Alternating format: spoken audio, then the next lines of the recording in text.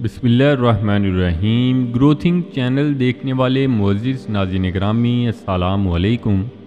ناظرین گرامی، ترکی کے ایک مشہور شہر استنبول کے ایک ہسپتال جس میں ایک نوجوان لڑکی کو لایا جاتا ہے جس نے خودکشی کرنے کی کوشش کی تھی، اور اس کا علاج ایک عائشہ نامی ڈاکٹر کر رہی تھی۔ عائشہ کہتی ہے کہ میں نے اپنی زندگی میں کبھی اتنی خوبصورت لڑکی نہ دیکھی تھی، اور میں اس سوچ میں مبتلا تھی آخر اس نے کس وجہ سے موت کو گلے لگانا چاہا، آخر اس کی زندگی کیسی ہوگی۔ میری ڈیوٹی ICU میں تھی، اور جب اسے لے کر آیا گیا تب اس کی حالت بہت خراب تھی، لیکن مسلسل 2 گھنٹے میں اور میرے ساتھ 3 لڑکیاں جو ڈیوٹی پر مامور تھیں اس کے علاج معالجے میں مصروف تھیں۔ 2 گھنٹے کے بعد ہم نے اسے دوسرے روم میں شفٹ کر دیا، اور کچھ دوائیاں لانے کے لیے میں نے اس کے ساتھ آئے گھر والوں کو آواز دی۔ اس کی ایک بہن، ماں اور باپ جلدی سے بھاگتے ہوئے آئے۔ اس کے باپ کو میں نے کچھ دوائیاں لانے کے لیے کہا، وہ جلدی سے بھاگ کر دوائیاں لینے چلے گئے۔ اس کی ماں میرے قریب آ گئی اور پوچھنے لگی کہ میری بیٹی ٹھیک ہو جائے گی؟ میری بیٹی کو ٹھیک ہونے میں کتنا وقت لگے گا؟ اور زاروں کی طرح رو رہی تھی، اور ان سے صحیح طرح سے بات بھی نہ ہو پا رہی تھی۔ میں نے انہیں حوصلہ دیا اور اپنے ساتھ ریسٹ روم میں لے گئی۔ جا کر میں نے انہیں پانی پلایا اور اپنے پاس بٹھا لیا، اور میں نے پوچھا کہ ماں جی، آپ کی بیٹی نے خودکشی کرنے کی کوشش کیوں کی ہے؟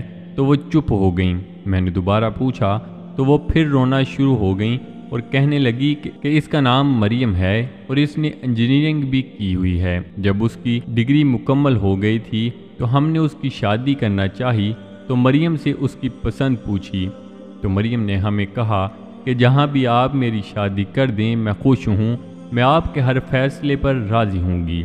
تو تب ہم نے مریم کے لیے رشتہ ڈھونڈنا چاہا۔ کچھ دیر کے بعد ہمارے گھر مریم کو دیکھنے کے لیے آئے، اور آ کر انہوں نے مریم کو دیکھا اور واپس چلے گئے۔ کچھ دن کے بعد انہوں نے کال پر رشتہ نہ کرنے کا بول دیا اور مریم کو ٹھکرا دیا۔ مریم اس بات پر بہت زیادہ پریشان ہوئی، لیکن ہم نے اسے سمجھایا اور وہ ہماری بات سمجھ گئی۔ کچھ دن کے بعد پھر ایک گھر والے آئے، اور کچھ دن کے بعد انہوں نے کال کر کے کہا کہ آپ کی بیٹی کو تو مہمان نوازی کا ہی پتہ نہیں، اور یہ کہہ کر انہوں نے مریم کا رشتہ ٹھکرا دیا۔ تب بھی بہت زیادہ مریم پریشان ہوئی، کیونکہ اس نے ایسی باتیں ہی زندگی میں پہلی دفعہ سنی تھیں۔ جب ہمارے گھر تیسری دفعہ رشتے والے آئے تو آتے ہی مریم نے ان کی خوب خدمت کی اور طرح طرح کے کھانے اپنے ہاتھ سے بنا کر انہیں کھلائے۔ لیکن کچھ دن کے بعد انہوں نے بھی ہمیں کال کر کے یہ کہا کہ آپ کی بیٹی تو نوکروں کی طرح کام کرتی ہے، ہمیں ایک بہو چاہیے، نوکرانی نہیں چاہیے۔ اب مریم بھی لوگوں کی یہ باتیں سننے کی عادی ہو چکی تھی۔ مریم کا رشتہ ڈھونڈتے ڈھونڈتے ہمیں 10 سال بیت چکے ہیں، اور اس کی شادی کی عمر بھی اب گزر گئی ہے۔ اب تو جو بھی رشتے کے لیے آتا تھا زیادہ عمر کی وجہ سے مریم کو ٹھکرا دیتا تھا۔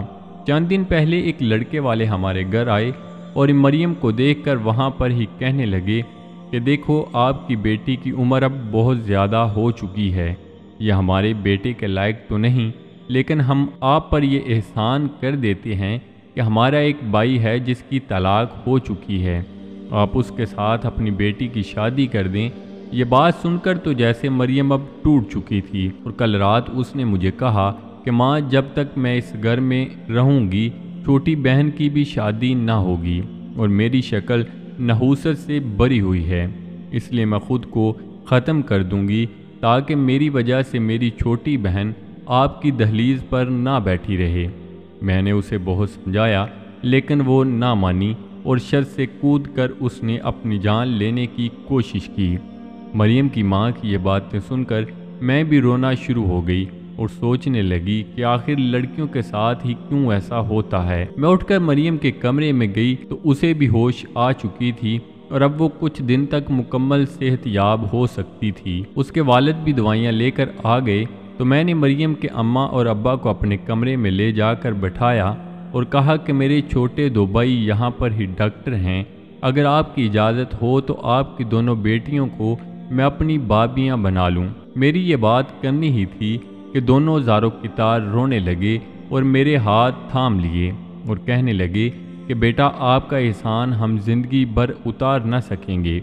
میں نے اپنے دونوں بھائیوں کو وہاں پر بلایا اور ان سے بات کی تو وہ بھی فوراً رضامند ہو گئے، اور کچھ ہی دیر کے بعد میں نے ان دونوں بہنوں کی شادیاں اپنے بھائیوں سے کروا دیں۔ ناظرین گرامی، ہمارے معاشرے میں یہ ایک رواج بن چکا ہے کہ ہم اپنے بیٹے کی طرف دیکھے بغیر کہ وہ کیسا ہے ایک ایسی لڑکی کی تلاش میں ہوتے ہیں جس میں کوئی بھی عیب موجود نہ ہو۔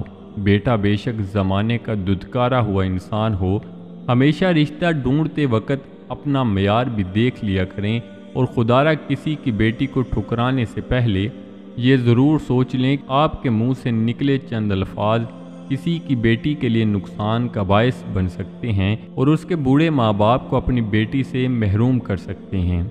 تو جی ناظرین، یہ تھی ہماری آج کی ویڈیو۔ امید کرتے ہیں آپ کو ضرور پسند آئی ہوگی۔ ویڈیو کو لائک کر کے دوستوں کے ساتھ شیئر کرنا مت بھولیے گا، اور نئے آنے والے دوستوں سے گزارش ہے کہ چینل کو ضرور سبسکرائب کر لیں اور ساتھ لگے بیل آئیکن پر لازمی کلک کر دیں تاکہ مستقبل میں اپلوڈ ہونے والی ویڈیوز کا نوٹیفیکیشن آپ تک بر وقت پہنچتا رہے۔ تو جی ناظرین، ملتے ہیں ایک نئی ویڈیو کے ساتھ۔ اپنا بہت سارا خیال رکھیے گا، دعاؤں میں یاد رکھیے گا۔ اللہ نگہبان۔